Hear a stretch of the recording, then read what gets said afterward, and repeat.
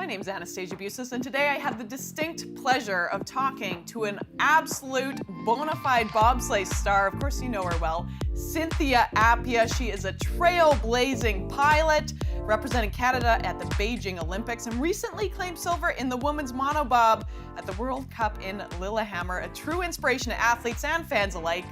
Cynthia, it's so great to see you. We go back a long, long time, all right? Full disclosure, when I was speed skating, you were doing bobsleigh still. Congrats on the big silver. That was just really firing on all cylinders. What was clicking so well in Lillehammer? First of all, thank you for bringing me back here. I honestly love hanging out with you. Lillehammer, it's such a funny track because it's easy to get down, but it's hard to get down fast. And last year was the first year it was put back on the World Cup circuit after 25 years of being absent from the schedule. Yeah. And right away I clicked with the track, and I just love the atmosphere. The people are super, welcoming. It's super cold. It's really cold, like even for a winter sport athlete, it's really cold. But I gelled with the track so well. And when we came back again this year, we had 2 World Cup races. And that first week I finished in 6th, and it was the first top 6 podium that I had all season long. And I think that was the wind in the sails that I needed to go into the final World Cup race weekend. And yeah, finish on that podium in 2nd place by the thinnest of margins. It's coming at the right time because now we're heading to World Championships in a couple of weeks down in Lake Placid. And I couldn't ask for a better story. Obviously, that's a lie. I could ask for a better story, which is to have a better performance spread out throughout the entire season. But to be, kind of like peaking at this time is the time you want to be firing on all cylinders. 100%. And I mean, that's actually an art form too. So certainly there's a huge silver lining that you're feeling the upward trend right here, right now. You are a monobob star. Just for our folks at home, because people go, wait, do you do 2-woman bobsleigh? Like, you love monobob. Why is that? I love mono. I also love 2 women, in case my break women are watching this and they think I don't love them. I love you guys. Trust me, I do. But there's something about monobob that there's just so much on you as the athlete. You're by yourself. Everything's on you. There's no break woman or crew to kind of like shoulder some of the blame if things go wrong. And I'm from an individual sport. I came from track and field as a shot putter, a hammer thrower. And when I came into bobsleigh, there was just 2 women. And so that was like the team atmosphere that I think I was looking for. But in the back of my mind, I was like, it would be nice if I could just do this by myself. Again, not throwing anyone under the bus. And monobob, I think, is that perfect answer where it's that individuality in sport again, where it's just me and the clock and my sled. And it's how fast can I get down there? Can I beat my competitors? And it's also a chance to showcase my strengths. Like, I'm very good at the push. And that's what's elevated me in the sport in such a relatively short amount of time to get me to the level where I'm at. I would love people to correct me if I'm wrong, but I don't think I would be able to achieve the level of success and the level of exposure that I've gotten through monobob had I just had the 2-woman event. That's a great answer. And I'm also thinking, okay, yeah, hammer throw and shot put. And I can't imagine what it must have felt like in Paris watching, Cameron Rogers do what she did. And yes. Sarah Mitten has been on fire. Yeah, like just watching the throws. Again, I'm super biased. I love track and field, but really I only watch for the field events. And so for the field events to finally get their moment in the sun, and we're crushing it as a nation. Historically, Canada hasn't really been known as a throwing nation, and now we are. We're part of the discussion and the conversation of what track and field can look like for a traditional winter sport nation. Paris was just it was so good. It was so good to watch as a fan. It was very cool. We got to see, of course, the Canadian flag rise a lot. You got to see the flag above the podium for the first time this World Cup season. We don't exist in a vacuum, right? There's political tensions. It's fascinating. I'm not trying to ask you to talk about politics, but from that Canadian perspective, just knowing what the maple leaf feels like and how much pride it can invoke, what did that moment feel and look like for you? Seeing the maple leaf on the podium for the first time this season, there was just so many emotions that went into it. Obviously, it was that finally I've got on the podium and I get to see my flag or my nation's flag rise among, the top athletes in our sport.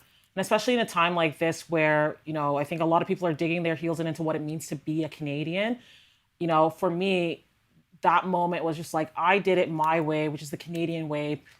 Be fair, be nice, be a good compatriot with your fellow teammates, but also be a good competitor amongst your peers from other nations. And it's just like one of those things where you're like, man, I wish I could get this every weekend. But even if it's just the one weekend, seeing that maple leaf up there, it's really hard to describe into words how it felt. But it honestly was just like jubilation inside. Well, I mean, you mentioned it. What a way to end the World Cup season. This gives you that lovely springboard into World Championships.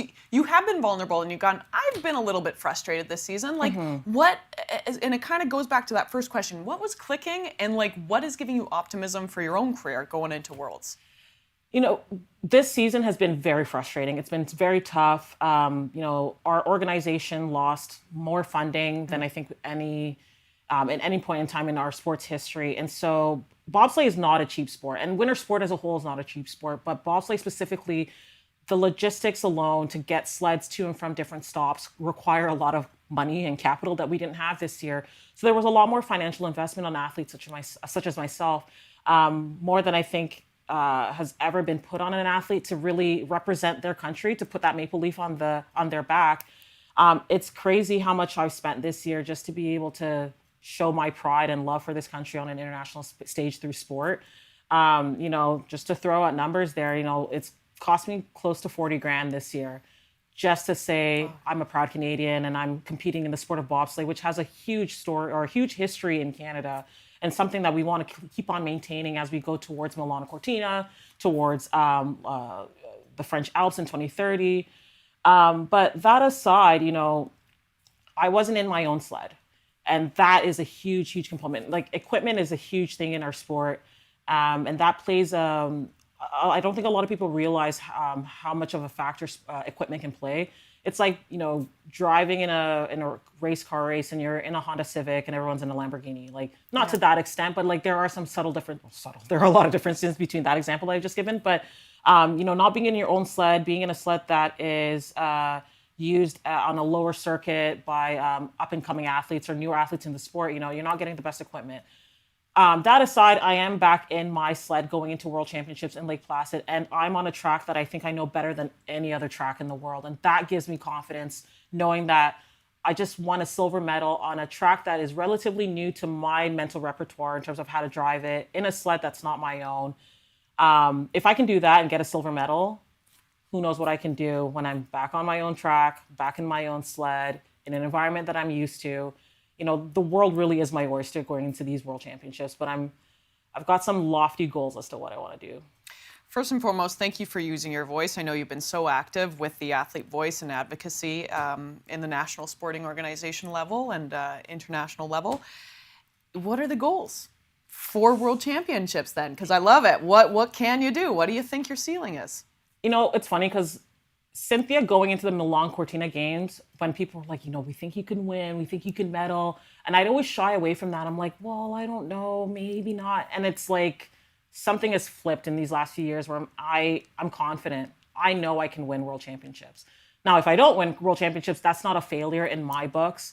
I've got different things that I see as goals and kind of like what I want to achieve at these World Championships. The ultimate goal is to be world champion. And for the first time in my career, I fully believe that I have what it takes to be a world champion.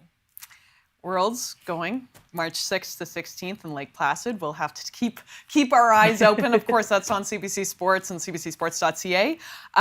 Teammates, all right? Mm-hmm. I know we're just talking about monobob and saying it's an individual sport and whatnot, but you got some really cool teammates. Shaq Marie Lawrence and Cyrus Gray just became the first male all-black driver and brakeman duo. That had to be really cool from a teammate's perspective. No, that was honestly really cool. When the announcement was made that Shaq and Cyrus were going to be racing, and I won't even say the implications of that. It was just like, hey, this is inching closer and closer to what sport in Canada should be, where we're championing these the diversity within Canada. Canada has always prided itself on its multiculturalism, on its diversity. And now we're seeing a black male pilot take a stab at the World Cup circuit. It's not just, toiling away down at the lower circuits and, hoping for a chance. Now that chance has come and he did very well. And I'm excited to see what he does going on to, this Olympic season coming up. And hopefully he qualifies for Milano Cortina. And if not, I know 2030 is definitely going to be his games. And, keep an eye out. Like my challenge to Canadians watching bobsleigh is remember these names because they're going to be the stars of tomorrow. Write them down. Yes. We are less than a year away, as you just brought up Milan Cortina. The sliding center is going to be a new venue. Yes. All right. So if people don't know, about 90% of the venues in Italy are already pre-existing, which is super cool because they're trying to be cost effective and smart with the environment and whatnot. New sliding center. What are you hearing? What's making you excited? Give me the State of the Union. So what's making me excited, because I'm going to start with the positives, Yeah. it's a new track. And when it comes to the Olympic Games, the one thing that gives a lot of people hope, regardless of what nation you compete for, is that it's a neutral playing ground. No one nation, other than the host nation of Italy, will have home field advantage. Everyone's learning the track at the same time. So it gives you a bit of confidence of like, hey, I could be, a medal contender, because everyone technically is a medal contender. Everyone has the same wealth of information going into this track as the next person. The one thing that is a little bit of concern is that there have been some significant delays in the lead up to the track being built, but we're hearing some positive and encouraging news that the track will be ready in time for our test event in October, and that it'll be more than ready for the games in February. So it's just a bit of a waiting game. We know that they're working around the clock to try and get it ready. We've got a homologation, which is a select group of athletes are selected by the International Federation to go down the track before that test event in November to make sure that the track is safe, that the ice conditions are comparable to what would be on a World Cup circuit, and that the refrigeration and all the little bits and pieces behind the scenes are working. There's hope to get it done by the end of March because that's when the homologation is. We're not sure if that deadline will be met, but we're being given a lot of hope that by the summer everything will be done, and then by October, November, all the teams will start coming and congregating to Cortina, start doing the test event, which is also the first World Cup race of the season, and also the first race to qualify for the Milano Cortina Games. Homologation, I just got to make a joke. That's a pretty fancy word. Is that a bobsleigh word, or I should just be using this in vocabulary? There's so many things in bobsleigh that I just take as gospel. I'm like, oh, everyone knows what that word is. And then you remove yourself from the bubble of the sliding sports and you're like, oh, you don't know what homologation means? Okay, maybe this is a specific term. I don't think it is, but maybe it is. I don't know. But that term gets tossed around so often in bobsleigh that you just think it's a regular word that's used across the sporting world. I love it. You've just taught me something new. I think everyone just learned something new. What version of Cynthia are we going to see in Milan Cortina? I know you're going to see a more confident, calm, cool, collected Cynthia. Going into Beijing, I thought I had the confidence because I had such a great World Cup season leading into the games, but then I second-guessed myself and started doing things that a rookie would make, where you are making mistakes, you're not trusting yourself, you're not trusting the process. Now I'm at a point in my career where I've literally hit rock bottom, which is another bobsleigh term we love to use. I've hit the bottom of the barrel in terms of how low I can go performance-wise before I springboard back up again. So I'm not worried that if things aren't going now during a World Cup season, it's not the end of the world, because at the end of the day, what we're really working towards is the Olympic Games. I have that now in my wheelhouse of don't panic, don't get worried. You've been here before, you know how to get out of this rut. And when it matters, you always rise up to the occasion. You always do. Thank you so much for your time. It is Thank such you. a pleasure to see your face. And best of luck in Lake Placid. Again, that's going to be on CBC Sports Presents and CBCSports.ca, March 6th to 16th. Thanks so much. Thanks, Anastasia.